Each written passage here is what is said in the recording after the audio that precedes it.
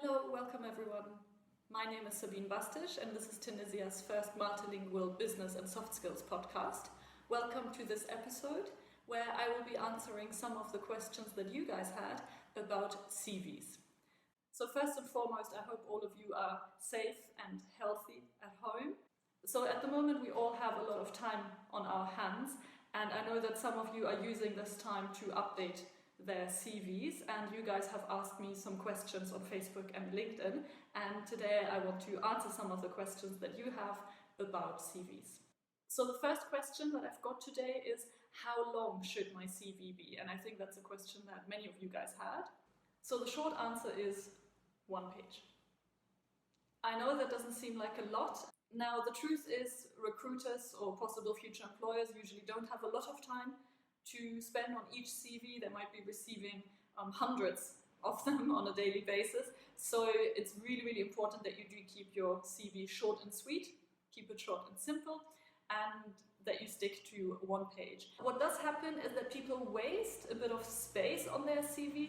So for example, often they include information that doesn't necessarily have to be on the CV, such as specific details about tasks that you performed at one of your previous jobs. Now that job might have been something you've done like 5, 6, 7 years ago, and still the description is quite detailed. So just have a look at your CV and see if there's any redundant information where you really say, okay, someone who looks at my CV now maybe does not need to know that I was really good at organizing files during my first internship that I did right after uni.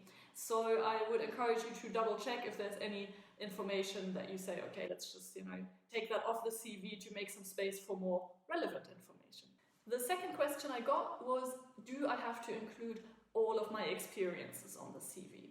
Now, I'd say that really depends on your CV, on the line of work that you're in, your industry. The longer ago a specific experience was, maybe the more likely it is that you can cut it out of your CV. Sometimes it can also help to sort of, regroup certain jobs into just one little line. However, do keep in mind that it's always interesting for people to see how your career evolved over time and how one experience built on top of the previous one.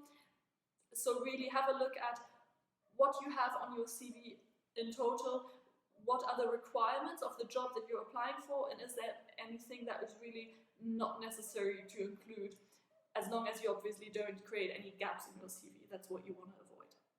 Do I really need just one CV, or shouldn't I have multiple CVs for multiple jobs or multiple applications?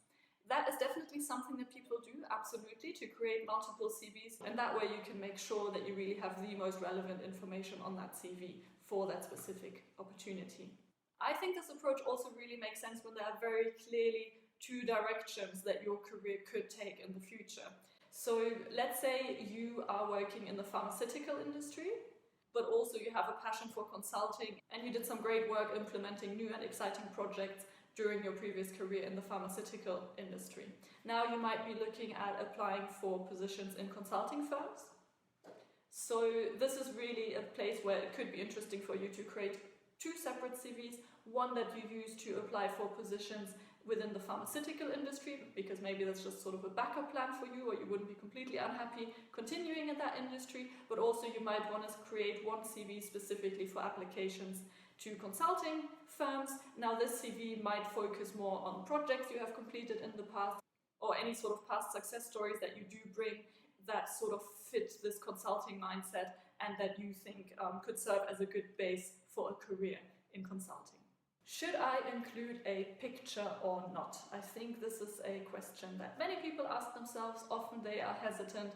In some countries and cultures it is very normal to include a picture on the CV. In other countries it is not common at all, and people definitely do not include a photo on their CV. So I would say in Tunisia, in North Africa, people are still quite used to seeing pictures on CVs, so it's still common practice, it's still something that you can do. Just please, please, please have your picture taken by a professional. I have seen so many pictures on CVs that were just either plain shocking because it was a selfie someone took in their car.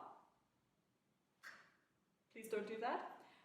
Or they just really didn't do the person justice. So if you do want to include a picture on your CV, which is still fairly common, let's say, in the North African and the local market, then please invest those 10, 15 dinars and get your picture taken. However, if you prefer not to include a picture, that's perfectly fine as well. If you think about applying for a job in the US or in the UK, I would say definitely do not include a picture on your CV, because in the Anglo-Saxon and American work culture, it is very, very uncommon to include a photo on your CV, so you just keep it out. What do you think about these trendy CV layouts, these templates that you see all over LinkedIn? What's your opinion on that? That's another question that I got.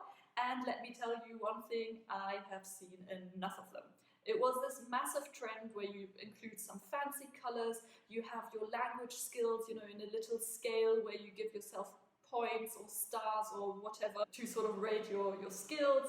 And often people would include little icons to represent their hobbies, so it would be like a little camera when someone's into films, and it would be a little tennis racket if someone really enjoys playing tennis. We've seen enough of them. I think they are quite distracting to the eye, to be honest. Often they include quite a few colors and the information doesn't really stand out, so it's more sort of the design that speaks to you rather than the actual content. I just prefer a very simple, plain CV, white background, black, simple font, easy to read and well structured. Another problem that I have, especially with these ratings, so people would write Arabic 9 out of 10, French 8 out of 10, English 6 out of 10. First of all, who rated you on that? Is that just your personal impression, or what is this rating based on? Why is your English a 6 out of 10 and not a 7 out of 10? No idea.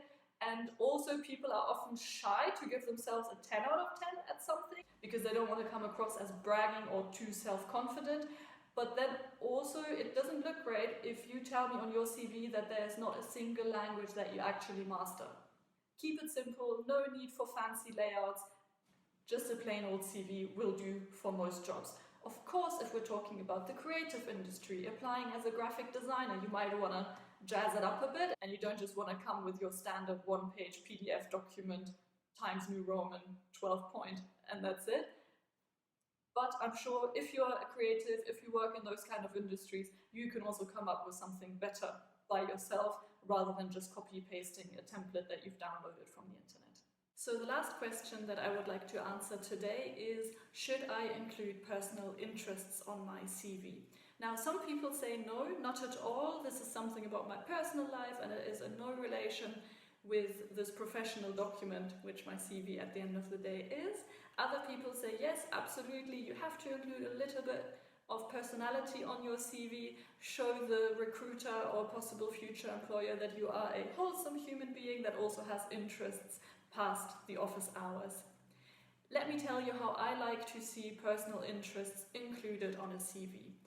I like it when people pick one specific hobby or activity or area of interest that they really enjoy, and they describe on the CV how that particular topic has maybe helped them build or develop a specific skill that also helps them in their professional life. This is how I can really see the relation between this personal topic and why the candidate is mentioning it on his or her CV. It also helps me understand how this person uses a specific skill in different contexts. And last but not least, it's also a great hook for me as an interviewer to lighten up the atmosphere and get to know the candidate a little bit better, either at the beginning or at the end of his or her interview. I hope you liked today's tips and ideas about CVs. If you have any other questions, make sure to put them in the comments. Don't forget to follow me on Facebook and on LinkedIn, and I will see you in the next episode.